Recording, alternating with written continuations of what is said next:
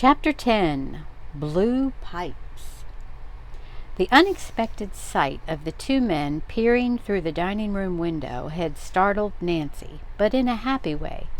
She recognized the observers as her father and the state trooper, Lieutenant Bryce. As Jean apologized for her clumsiness and went to the kitchen for her broom and mop, Nancy hurried to the hall. She greeted her tall, handsome father and the officer who had come to her rescue when her car was forced into the ditch.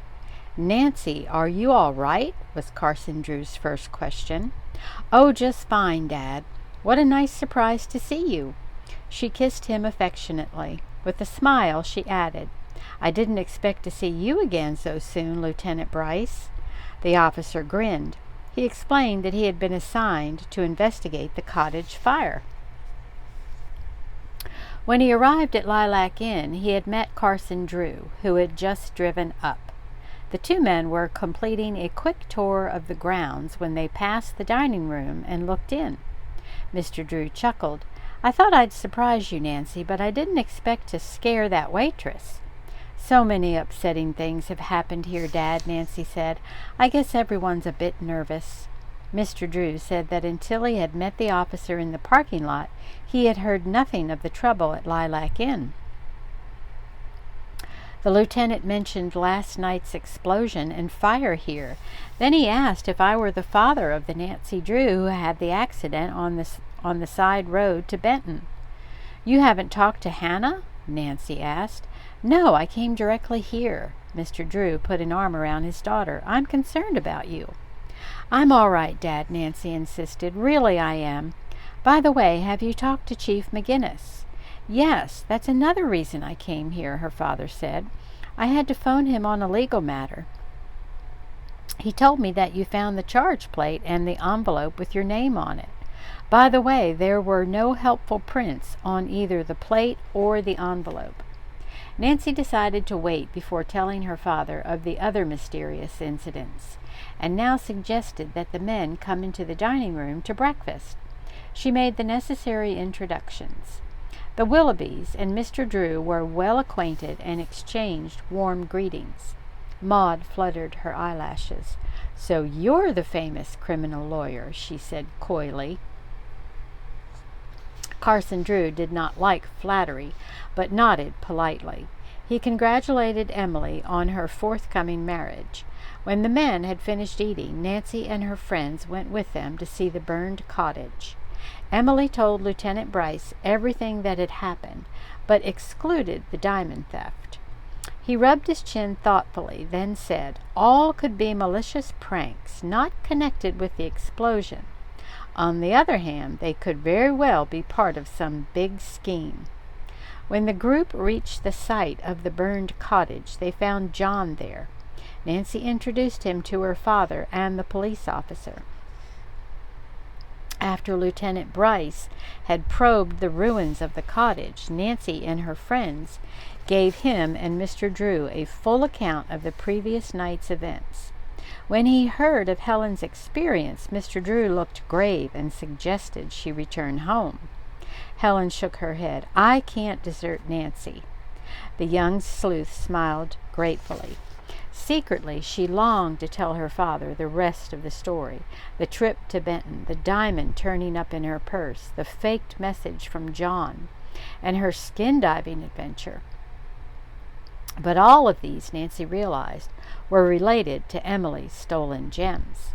Finally, Lieutenant Bryce announced, "I've found fragments of what I am positive was a time bomb you heard ticking, Miss Drew.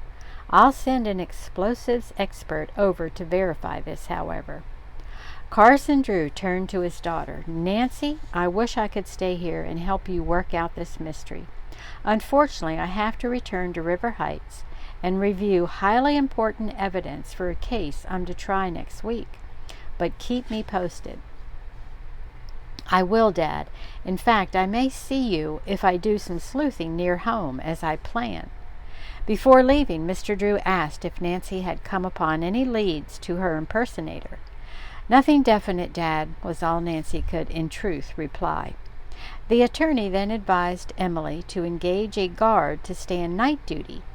"I can recommend an excellent man," he said. "His name is Carl Bard." Emily agreed, and Mr. Drew went inside the inn to telephone him. He returned shortly and said Mr. Bard would report there later. "Fine," said Lieutenant Bryce, "and I'll have a squad car patrol the inn frequently. I suggest that no one venture out alone, especially at night, until this case is broken." Goodbyes were exchanged, and Nancy stood waving to her father as he drove off. Meanwhile, Helen and Emily had started for the patio. As Nancy hurried after them, she came to the tool shed. John had investigated it, but Nancy wondered if she might find some clue he had overlooked. The door was open. She went inside. Spades, hoes, rakes, and other similar equipment lined the walls. Nancy studied the array. "Just ordinary garden tools," she mused. Then suddenly she noticed a pad of notepaper lying on a bench. Nancy picked it up and turned the pages, which contained various notations for the gardeners. One item on the third page, and in a different kind of printing from the other instructions, read, "Prune blue pipes near grove." "Blue pipes," thought Nancy as she tore out the sheet. "Now what does that mean? Could it possibly be a code message or a signal? I'll ask the gardeners." She left the shed and began to look for the men. The only man in sight was Gil, who was cutting the lawn with a power mower. She went up and, attracting his attention, asked him, "Can you tell me what blue pipes are?" "Never heard of 'em," Gil replied laconically. "One more question," Nancy said. "Would you have any idea who used one of the inn's canoes yesterday afternoon?" For a moment Gil's eyes narrowed. Then he brusquely replied, "No, he had not been near the dock all day. Mr. John asked me the same thing. Well, I got work to do," he muttered, and quickly resumed his mowing. Nancy walked meditatively toward the inn. If Gil doesn't know what blue pipes are, that message might well be a code phrase. It occurred to her that perhaps Mr. Daly would be able to explain the term. Nancy went inside and found the elderly gentleman in his office, going over receipts. He looked up as she knocked and entered. "Good morning, Nancy. Sorry I missed meeting your father." Mr. Daly admitted that he had been wearied by his all-night vigil and had gone to his room to rest. Nancy smiled understandingly and told him briefly of Lieutenant Bryce's investigation. Mr. Daly looked grave. "If all this danger continues, I'm going to insist that Emily and Dick sell the inn. A nice young couple shouldn't start marriage under such circumstances." "I agree, but the person responsible for the trouble here must be caught." "You're right, Nancy," Mr. Daly said. "I mustn't lose hope so easily." The young sleuth then asked, "Mr. Daly, can you tell me what blue pipes are?" Mr. Daly chuckled. "Of course, my favorite subject matter is blue pipes, or lilacs." "You mean that blue pipes are lilacs?" Nancy inquired with interest. "Yes. The ancient name of the lilac was blue pipe tree, a reminder of the time when pipes were made of its wood. See here." Mr. Daly reached into a drawer of his desk and handed Nancy a half-finished tobacco pipe. "Carving is my hobby. I'm making this pipe from the wood of a fallen tree limb right here at Lilac Inn." "Why, it's beautiful!" Nancy held up the pipe, admiring the delicate stem. At that moment, Jean Holmes passed the office. She paused and looked in. Nancy greeted her, but the waitress barely answered. Her eyes were riveted on the pipe in Nancy's hand. "Isn't this a handsome piece, Jean?" Nancy said pleasantly. "Mr. Daly made it." "Oh, very." Jean nodded and hastened on into the dining room. To Nancy it seemed that the waitress had acted almost frightened. Why? Mr. Daly seemed not to have noticed. He went on to tell Nancy some interesting facts about lilacs. The old-fashioned lavender-colored blossom and its white companion, so well known in America, originally came from Bulgaria, Hungary, and Romania. But the double lilacs of pink, red, and purple, like those in the grove, were developed by horticulturists.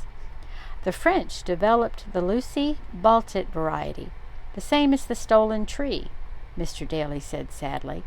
Many beautiful lilacs are named after famous French people such as Joan of Arc. You're certainly an expert on every aspect of lilacs, Nancy complimented him as Mr. Daly paused. Modestly, Mr. Daly admitted he had studied the subject intensively. He himself had planted most of the lilacs at the inn. They are considered a flower of mysterious power in the West Indies, he said solemnly. Some people there believe that the perfume keeps away ghosts and evil spirits. A lilac tree is often planted near the front door, so its branches can act as protection against evil spirits entering the house. Nancy now pulled the sheet with the blue pipe notation from her pocket and passed it to Mr. Daly. "Do you know anything about this?" she asked. He glanced at it and said, "No. And I write out all the instructions for the gardeners. I never use the term blue pipes. They wouldn't know what it meant." "Have you any idea who might have written this?" Nancy asked. "None whatever, and I can't figure out what it means. Besides, it's not time to prune lilacs. Have you a theory?" "I'm not sure, except I have a hunch it's connected with the strange happenings at Lilac Inn and is a code message. I hope I can figure it out." Nancy pocketed the sheet and left the office. Deep in thought, she almost bumped into Emily. "Oh, where's Detective Drew headed?" The young sleuth laughed, then showed Emily the sheet. "Do you know who printed this strange notation?" Emily stared at the message for several seconds. Finally, she said, "No, but the printing looks familiar." "Think hard and don't keep any secrets," Nancy urged. "This may be the turning point in solving the mystery." Staring into space, Emily sought desperately for an answer. Suddenly, she snapped her fingers. "I have it!